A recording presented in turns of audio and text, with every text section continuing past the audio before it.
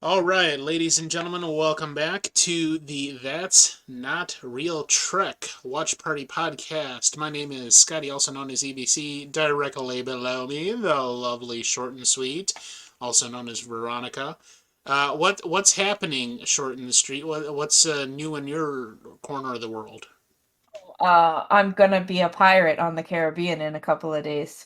What Um, about you?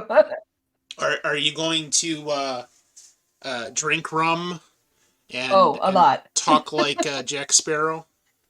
Yeah, probably. Probably. You know what? It's been many, many years since I was able to have a proper vacation like that. I'm at some point I'm gonna have to do that. I need to do a cruise Oh, some they're so some fun. point before I shuffle off this mortal coil.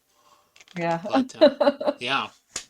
All right. So last time, which I think was before the holidays, so 3 weeks ago, Mhm. we Yeah. were finishing up Strange New Worlds. And there's some things that we probably can't help with the timing here. Like they're getting ready to do season 5 of Discovery, season 3 of Picard is about to come out. No matter how we do it, like I mean, I wanted to try Mhm. to do this in a rough chronological order, but no matter how we do it, at some point we're going to have to go back to watch the new seasons coming out, including Strange New World season 2. So there's going to be a point where we kind of come to the end of this stuff that I had initially planned on through, I think, like 60 weeks, that it's going to become kind of jumbled and we're going to go back and watch this season and that season over there. And yeah. Time Um, traveling. yeah. But then I thought, because we have discussed once we get through all the new stuff, going back and watching all the old stuff, starting with the original series, and that's going to take a good 7 years to get through. But then I thought, well, what if once all is said and done? So now we're talking about the next 10 years of watching Star Trek every Thursday. Uh, we're gonna go back and we're gonna watch all of it in chronological Oh order my from yeah God. no. Uh, so I'm crazy. But then they'll put out new stuff and then we'll have to go back. Well, no, yeah, but think about it. Think about it. How big of a gap there was between Mhm. this movie that we're going to watch tonight, Nemesis, in Yeah. 2002, and then you had J.J. Abrams' reboot, and the only reason that J.J. Abrams got the green light to do that was because he went to Paramount, or Paramount went to him, whatever it was, and said, is there any way that we can breathe new life into this franchise, because Nemesis did not do well in the box office? Mhm. And and Abrams said, "Oh, sure. Sure, we can breathe new life into it. It's just going to take several thousand lens flares, but we could do it." And then he almost created his own subgenre of Star Trek. And Right. it actually, the overwhelming majority of it takes place in an alternate timeline, so he can do basically whatever the hell he wants.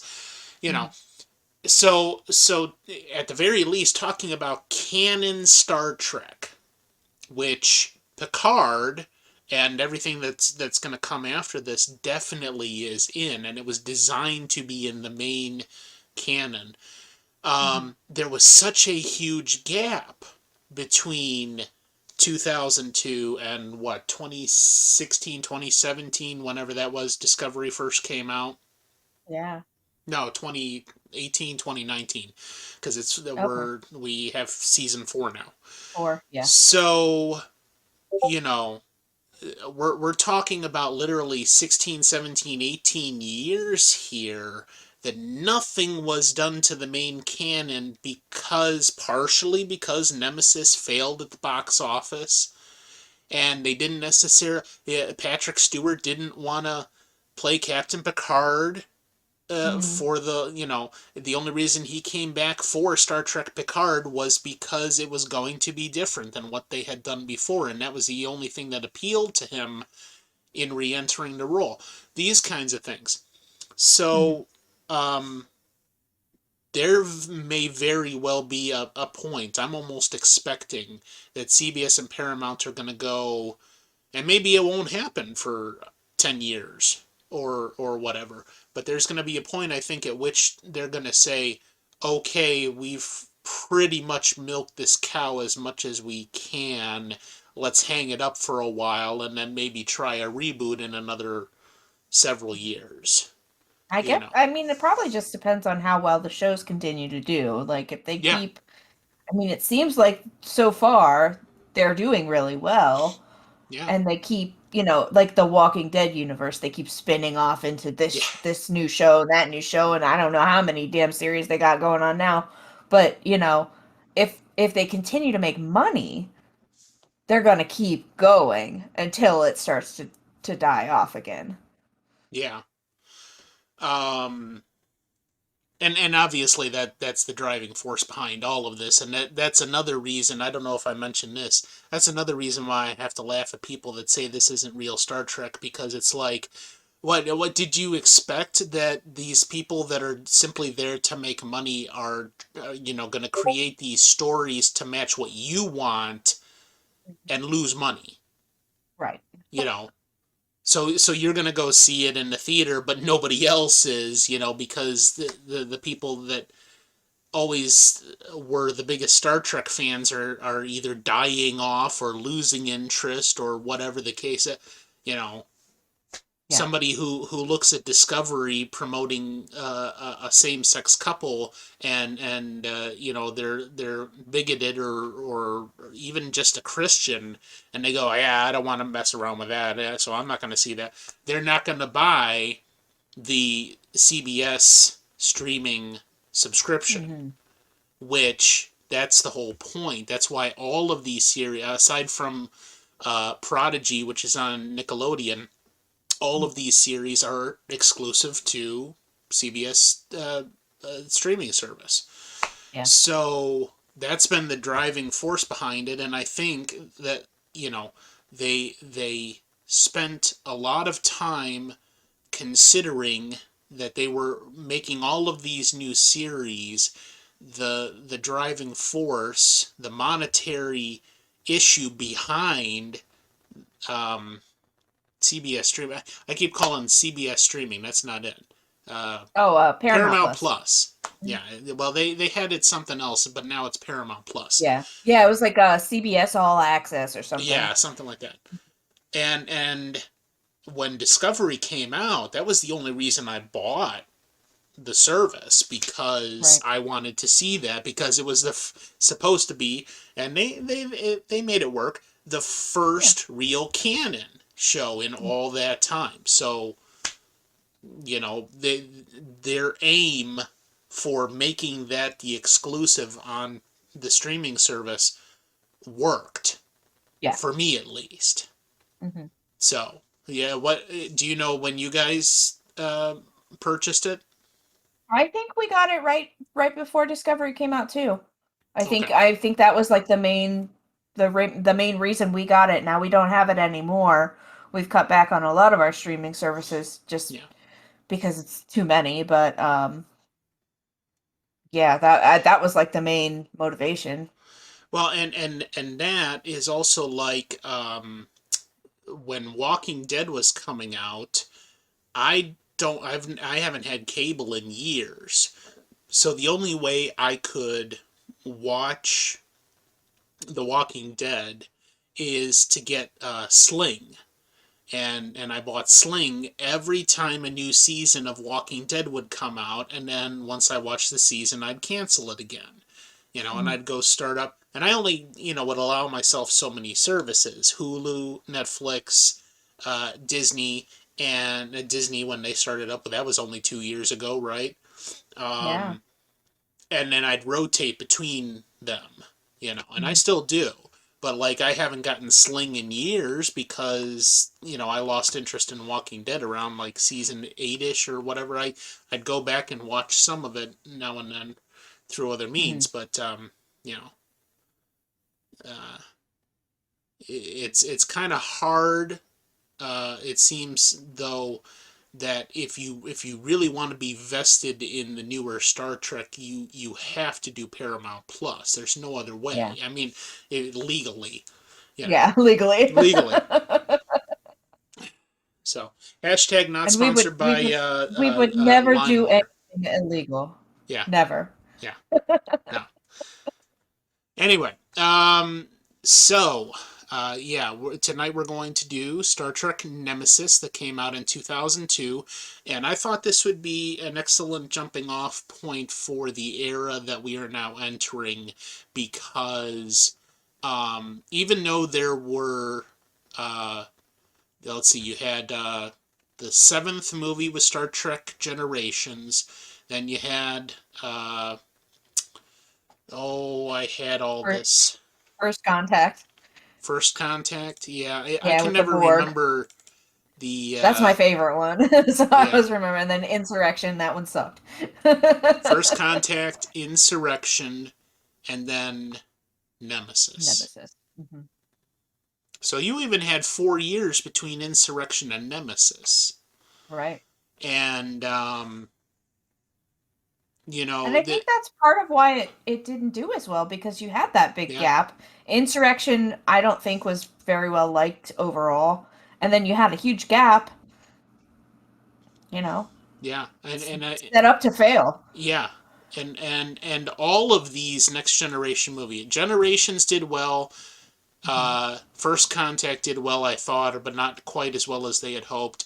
Hmm. Insurrection and Nemesis didn't do well at all, and um, a lot of the literature that I read at the time was talking about how um, they kept trying to shoehorn themselves into the canon and do it with the next generation crew and continue the story, but they weren't doing nearly as good of a job as they could have. And therefore, when it came to cinematography, or it came to, plot devices, or it came to whatever the case may be, it didn't turn out as well. I still thought they were great movies. Insurrection, maybe not quite as good. I no, but I still liked it. You I know, fall asleep. I've never seen the whole thing all the way through. I always fall asleep. really. Yeah, I've tried like 4 times to watch that movie. Well, a big portion of the movie is devoted to, let's take time to, relax. We don't want to be fighting the bad guys all the time. So there were long stretches of the movie where they're just like these peaceful vistas and music and the love scene, and yeah. So no, it wasn't quite, but it was just a different feel, much different style of, and whoever directed, apparently, they shot afterwards or whatever. But yeah, so Nemesis, my problem with Nemesis was that they they essentially decided this was going to be a story ender. Yeah. Like, none of the TNG crew really wanted much more to do with it after that, especially Patrick Stewart, Hmm. especially Brent Spiner, Yeah. and a few others. So they decided that this was going to be a story ender, and they probably really didn't pull it off nearly as well as they had hoped. No. And there was also some other things that were just kind of like inserted into the movie that just no, it shouldn't have been there in the first place, like the I think they call it the Argo, the four wheeler that's basically a dune buggy, Yeah. like we don't give a shit about your car mechanics here, focus on the Enterprise. Right. So I get that. I still kind of liked the movie, though. Hmm. It wasn't the best, but it certainly wasn't the worst, in my opinion. Yeah. All right. So any other thoughts before we get started on this here? Not without giving away spoilers, Yeah, so okay. All the spoilers afterwards. at the end. So here we go. Star Trek Nemesis from 2002.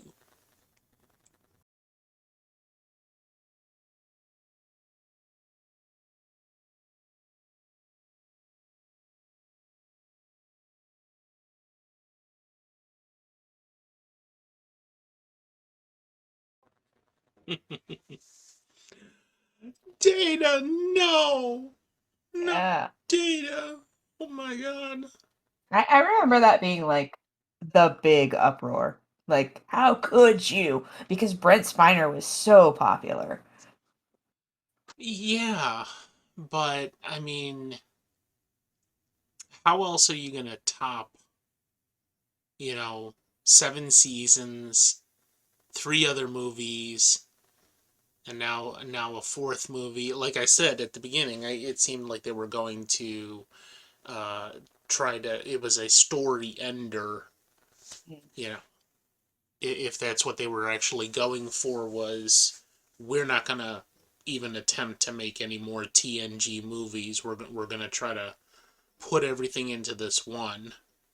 I don't know. I mean, from what I was reading, I don't think that that was the intention outright, but it sounded like everybody on the movie was so upset.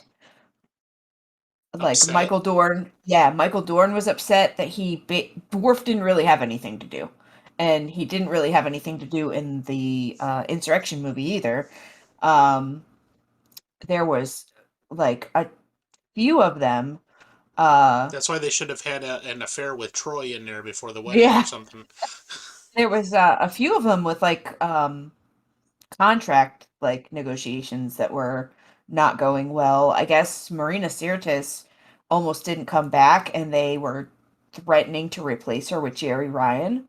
So that would have been weird. um, Patrick Stewart was another one, Yeah. and Brent Spiner. I think they were all like fighting about how much they were going to be getting paid. Well, and you gotta think. We're now talking about 2002, which is what, 13 years? No, it started in 87. So talking about 15 years since that started. And I remember reading stories about how like Leonard Nimoy essentially got typecast Yeah. as Spock, and he had a lot of trouble getting things after Star Trek until finally he started, you know, pushing to be in other things hard enough that they finally said, "Oh, you're not actually just Spock." Mhm. So I got to imagine, these aside from LeVar Burton, none of these guys and Patrick Stewart, none of these guys were really well known before Star Trek, so it kind of like made for them. Mhm. And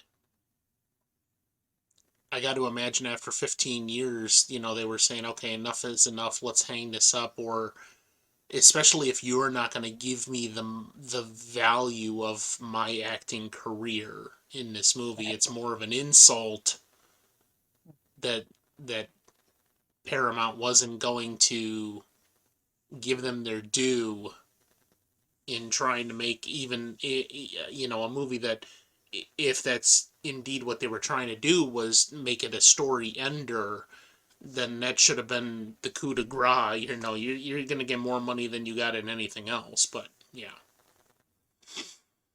So, um, yeah.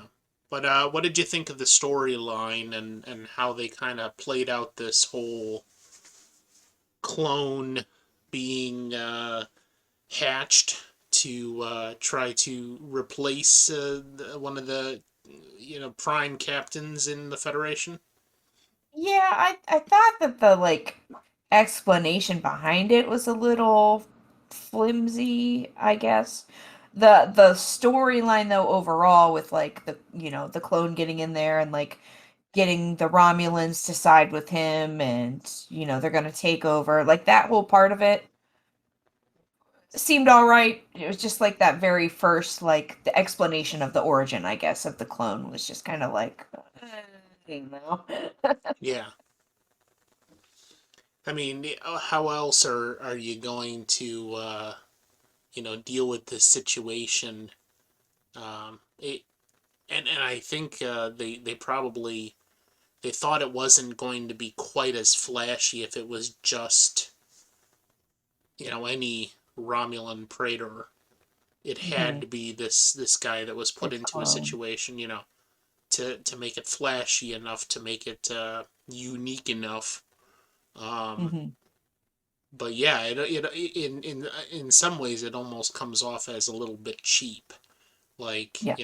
oh, that's what you came up with. Well, I guess that's all right. You know. Um, Now this is the third movie that we're seeing the Enterprise E in, and that's the end of that, because that's all the Enterprise E ever appeared in, was these three movies. Um, so, what were your feelings on? Well, we could probably go back a little bit and say, the first time you saw the Enterprise E in, uh, not Insurrection, the other one, First First Contact, contact. um, and how it has performed as a ship, and how it's played out in the storyline over these three movies. And I mean, it seems like they're always wrecking it, but I like the design of it. It's sleek. They kind of made it a little more modern. Mm, Overall, I like it. They just seem to like to crash it into yeah, things. yeah.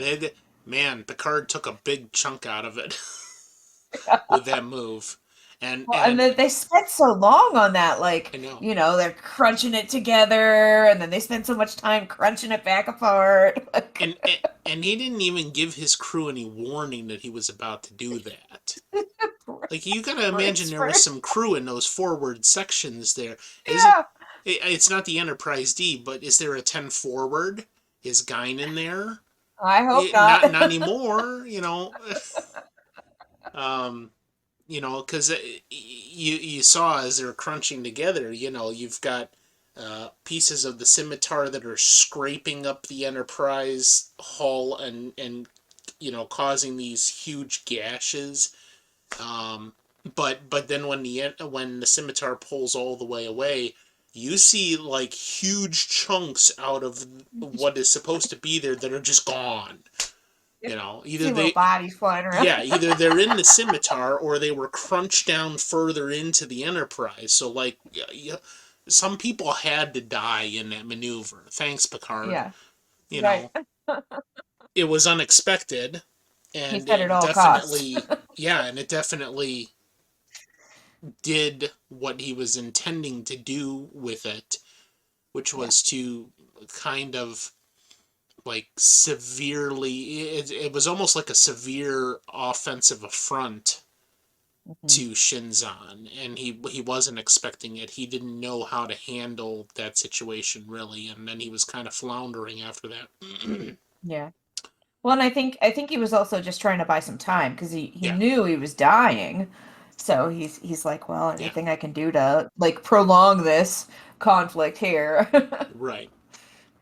But he also could have beamed Picard off the moment the Enterprise's shields failed, and he True. didn't. He wanted to play with his food. Uh-huh. Um, so, um, and let's talk a little bit about this battle between the Viceroy and Riker. I thought it was kind of interesting that first they decided to have that battle on the Enterprise, and the Viceroy is coming over to the Enterprise, essentially leading a boarding party, and he gets into it. So it's first officer versus first officer, and what's on the line is the fact that he just got married, and we're not going to make a widow after 12 hours Sure. and Data singing. So Yeah. so what were your thoughts on the whole first officer versus first officer battle? Oh, I liked it. I thought that it was cool how they kind of had him like, they cut away from it and then went to something else and they had him like kick out of nowhere. Like that Yeah. was a pretty good action sequence there that they had going on. But yeah, the bridge thing made me nervous. It was, you know, anytime they're on a bridge fighting, Right. Yeah. flashback. Yeah. We almost lost Riker there. He had the iron grip and Yeah, he didn't make a Kirk out of himself. he got to be the action star for a little while. Yeah. But yeah, no, I was instantly when he brings his boot down on the Viceroy's face, I was instantly reminded of Star Trek 3. No, 2. That is 2, isn't it?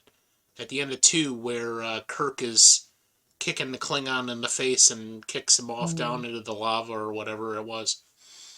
Yeah, I have had enough of you. Was that 3? I can't remember. It's just Yeah, three. 3. That's right. Spock was coming back. Spoilers. Spock died. Anyway, um, yeah. So, which by the way, um, that Klingon was uh, oh, what's his face from Back to the Future? Christopher Lloyd. Christopher Lloyd. Yeah. Yeah. Um, one of the best Klingon portrayals in my opinion, because you, Yeah. you you don't think of Christopher Lloyd necessarily as a gruff or angry or bloodthirsty character, and just as a side note to all of what we're talking about now, he, I thought he portrayed that very well. Like he took what it means to be a Klingon to a different level than anybody else and made it work. Yeah. Have you seen Christopher Lloyd in the Dennis the Menace movie? Oh yeah, yeah. He He's plays he's he's the robber, the homeless the guy.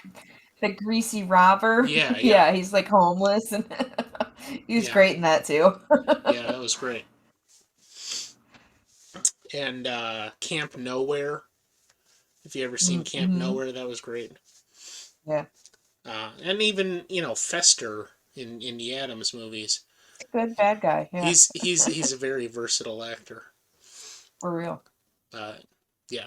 Anyway, so um, yeah, I thought it was definitely a clear choice that they put that first officer versus first officer battle in there as a dynamic that played against he just got married and he is now officially wed to Troy, who has been his Imzadi all along, and they flirted around it for years on the show. um you know the whole concept that, in fact, I would almost say it's one of the best parts of this storyline is that we know what's at stake with him if something bad happens, and you think it's not going to, but you don't know. That's It's always nagging Yeah, at you, that little thread that we might actually lose Riker here. right. And um then they go ahead and they nix Data yeah, instead at the very end with out of nowhere. yeah. All right, so yeah, let's talk about that elephant in the room. Losing Data um definitely filled that aspect of the story ender. Like once that happens, it's over. They're not going to make another movie and then kill off Picard or Troy or Riker.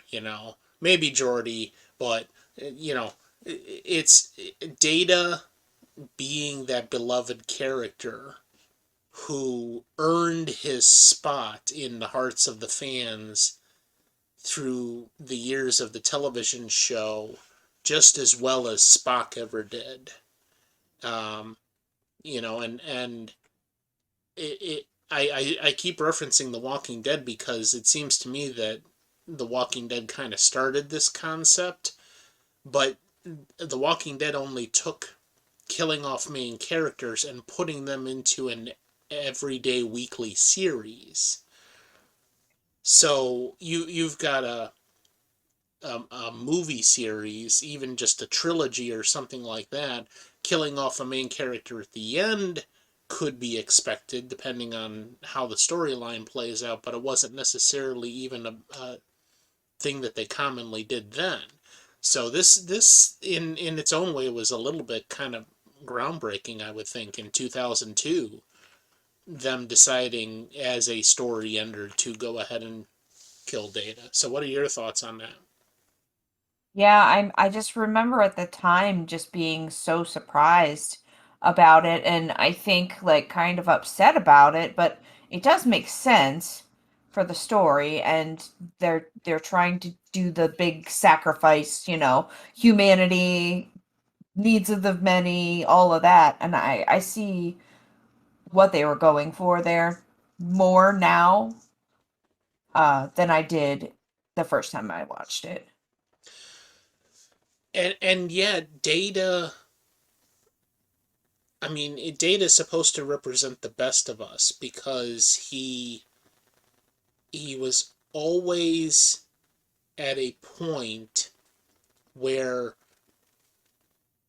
he could easily choose, maybe not easily, but he could readily choose, I'll use that word, to ignore orders, disobey orders, or do what he thought he was right in the moment based on the information at hand. So that was an artificial intelligence choosing to do things in a human manner, not because he aspires to be human, but because he has looked at all of the information at hand and decided that is the best course of action.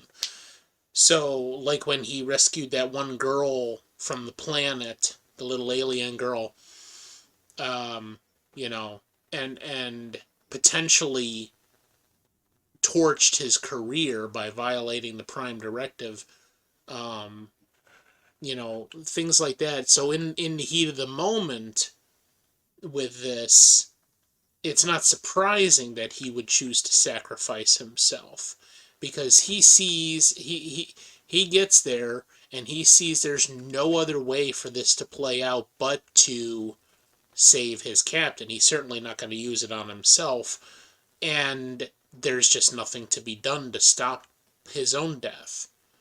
Um, so at the very least, maybe it was always going to be there because of what Data's character is like, but they certainly captured with his actions the fact that he represents the best of us without even trying. That's just him being him.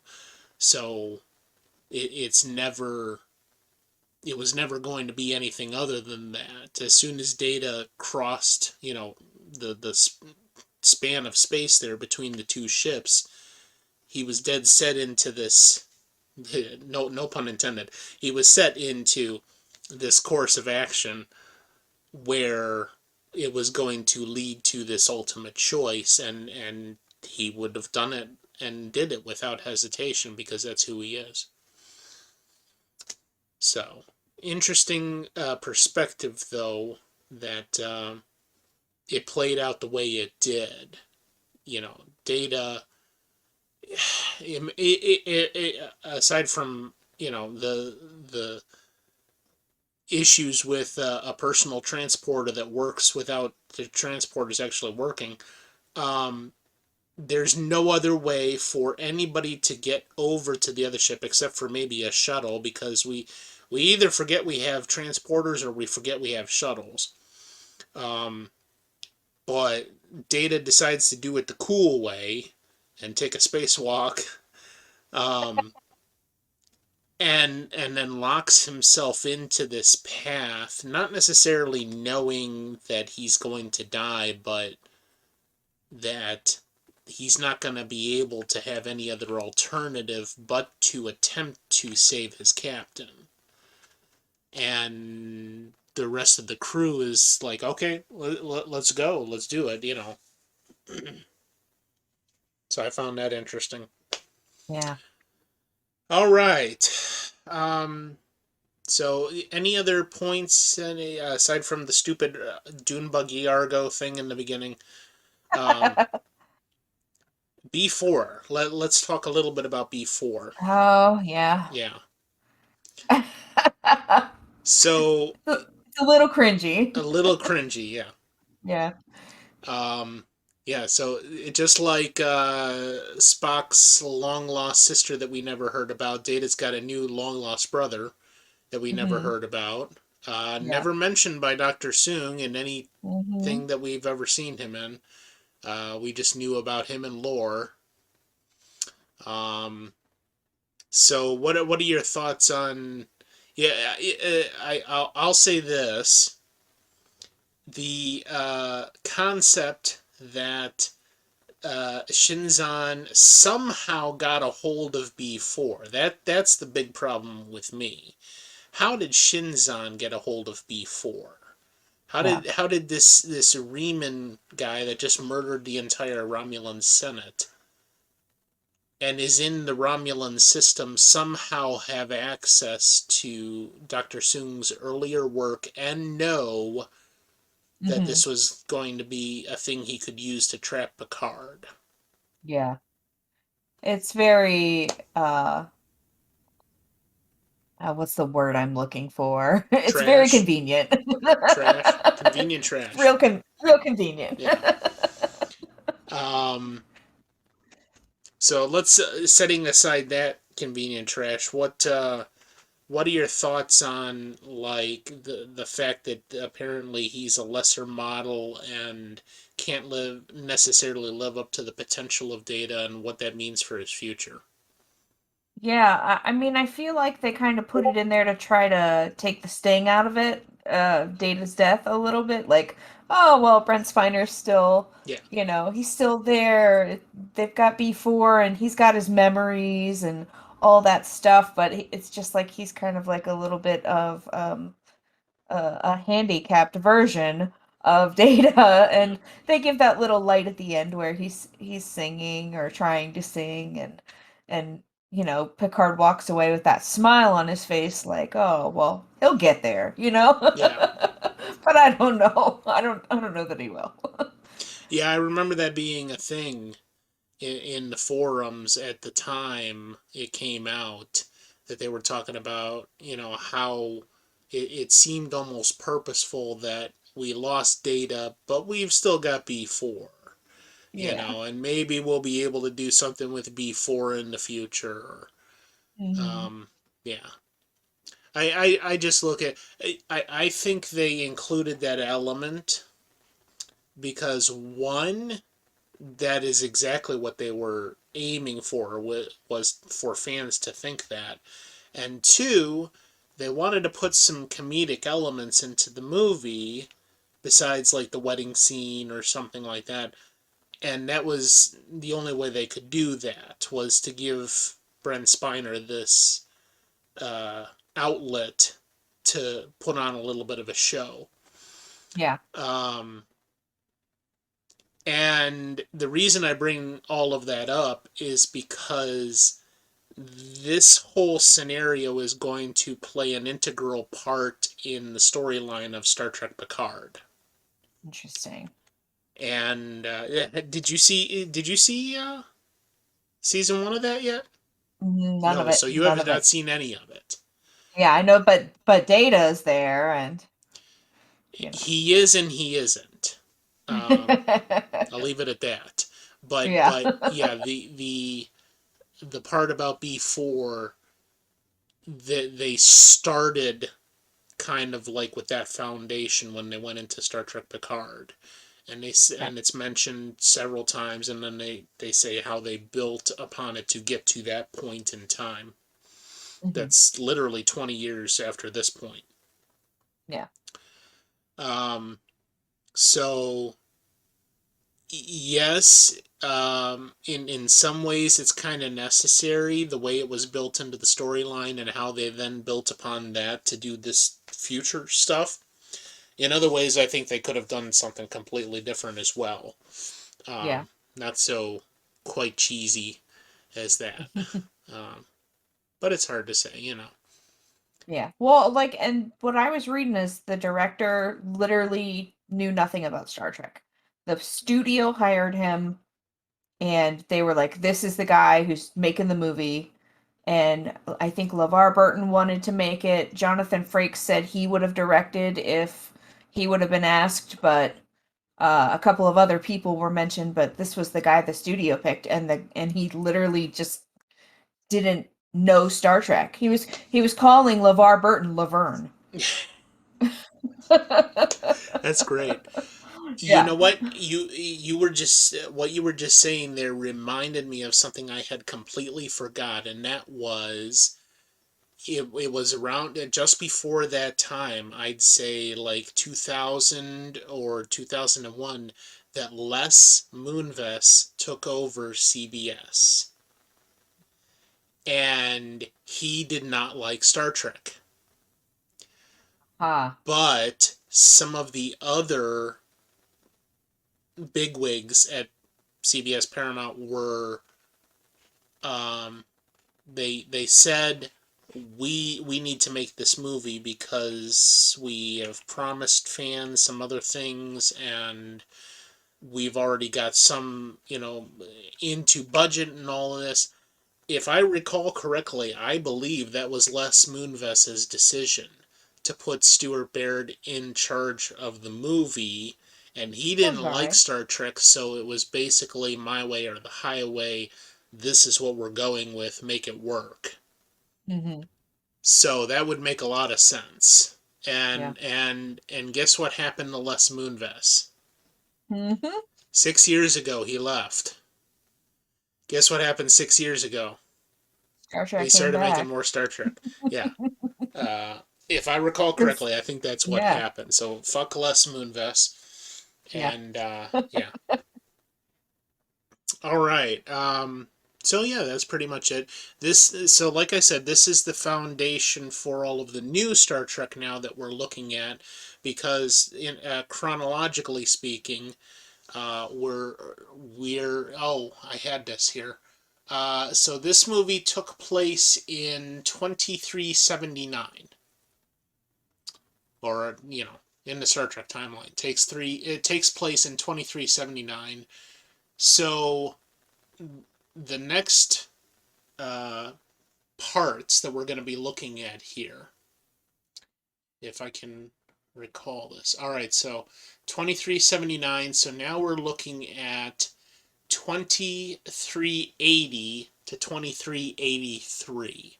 And this is indeed, I believe, I want to say 16 to 17 years after TNG ended. So now we're talking about um, what comes after Nemesis, but before Picard. And I don't know how much they really considered trying to make it work with the canon, but from what I've read, the majority of it is supposed to be like that. So we're at least, technically going to consider a canon, and that is Lower Decks and Prodigy. Um, so the next 3 years in the Star Trek timeline, 2380 to 2383, is Lower Decks, and then Prodigy begins in 2383. Um, and Lower Decks, if you've not seen any of this, is essentially like an adult animation comedy. And it was the first time that they really attempted to go this direction with Star Trek canon and material. There was, I mean, aside from the levity and the inside jokes that we've seen all along throughout the Star Trek series, especially the animated series with the original crew that ran from 1971 to 1972, there was a lot of that kind of levity built into the storylines. There's always going to be, something that is going to make you laugh. But this is the first time they took that full tilt. there is no seriousness really. I mean, there's like I saw the first season of this, and there's two more seasons now, um, and they do touch upon like human moments. They touch upon uh, being in a scenario and finding out something new about yourself or those kinds of episodic moral of the story type deal, but 90% of it is just outright comedy. So So is it like the Orville then? yes, yes, Okay. very very close to that concept, Okay. yeah. Cool. But it fully animated, not CGI. Prodigy is CGI, but this is fully animated. And the nice thing about these, Lower Decks and Prodigy, are both 25-minute episodes. So Nice. we're gonna fly through them pretty quick. It's gonna Yeah. take us 13 weeks to do both series as it stands now, um, and 4 episodes a week, and then we've got some extra stuff at the end. But yeah, we'll go through it pretty fast, and it'll be fun. So yeah, if you haven't seen any of this, it's absolutely hilarious. I mean, Yeah, I haven't the seen any of it. Orville takes common tropes in all of these sci-fi movies and builds them into the storyline as jokes. That Seth MacFarlane is going to put his uh, notorious comedy spin on. And I absolutely loved the first season of Orville. I have yet to go back and watch the further seasons of that. But now we're going to take that kind of comedic effort and we're going to put a whole new um, full frontal spin on it, whereby all of the characters, and I do mean all of the characters, are outrageous. They all have asinine quirks to the nth degree. They all get on each other's nerves. They all face all of the specific Star Trek tropes that we've come to know over the years, and find out that it's going to be the worst thing imaginable, and now we've got to clean up the mess. Those kinds of things. So like the first episode is Second Contact is the name of it, and they talk about how okay, there's First Contact where the Federation makes first contact with a new species. Now we're making Second Contact, which is not so glamorous, but we're gonna go and do what we need to do to follow up on this.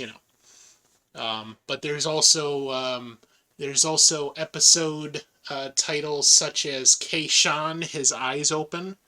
We know what that's referring to, right? We'll Yeah. we'll always have Tom Paris. Yeah. Nice. So lots of good stuff coming up in these episodes here.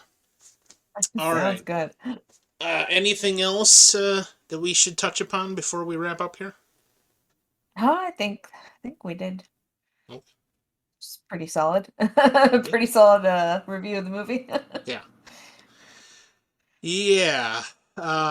So yeah, it's a good foundation, a good jumping off point for leaving the TNG universe as we know it, and now entering this post 2379 era that's going to eventually. I mean, as much as time as I'd like to spend on Lower Decks and Prodigy, it seems like this whole segment of it is going to be leading up to Picard, and in particular the end season 3 of Picard, because that in my mind, even with everything that was done in Strange New Worlds and Discovery, this is the coup de grace. This is the Yeah. fan service for all of the TNG fans, especially season 3, man. I haven't Yeah. seen Everybody any of that coming yet, but back. just the trailers are Yeah. phenomenal. So Uh, excited. yeah. Did you see the newest trailer that just came out for season 3? Was it just real recent? Yeah, like a week or a Oh, week and a half ago. yeah, I haven't seen that one. Yeah, look that up.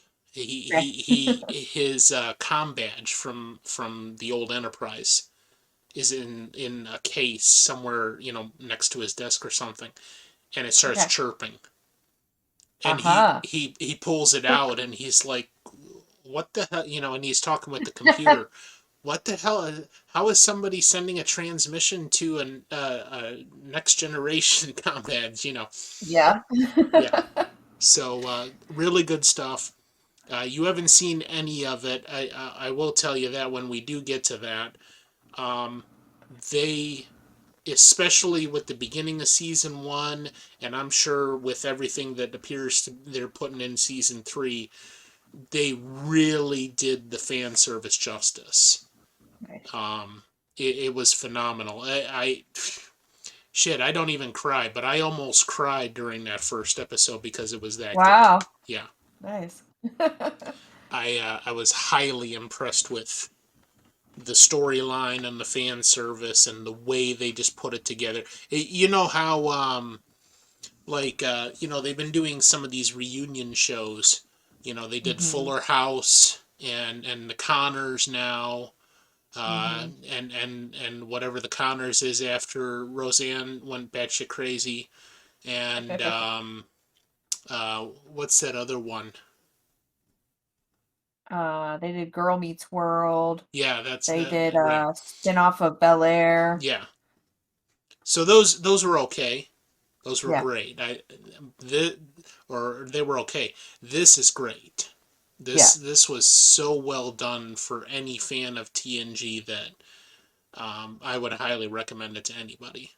So Nice. definitely something to look forward to, and like I said, it seems like everything that's we really should watch beforehand in Lower Decks and Prodigy, because there are Easter eggs everywhere.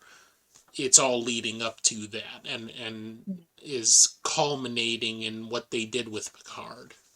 Nice. There's even tie-ins to Discovery. Yeah, I love that. So yeah, lots of good stuff there. All right. Well, thank you very much. We'll see you after your vacation. Yeah. So don't die on the high seas. That would I be a won't. bad thing. I'd have to find a new co-host, and that's just absolutely horrible. Yeah. So Be a pain in the butt. yeah.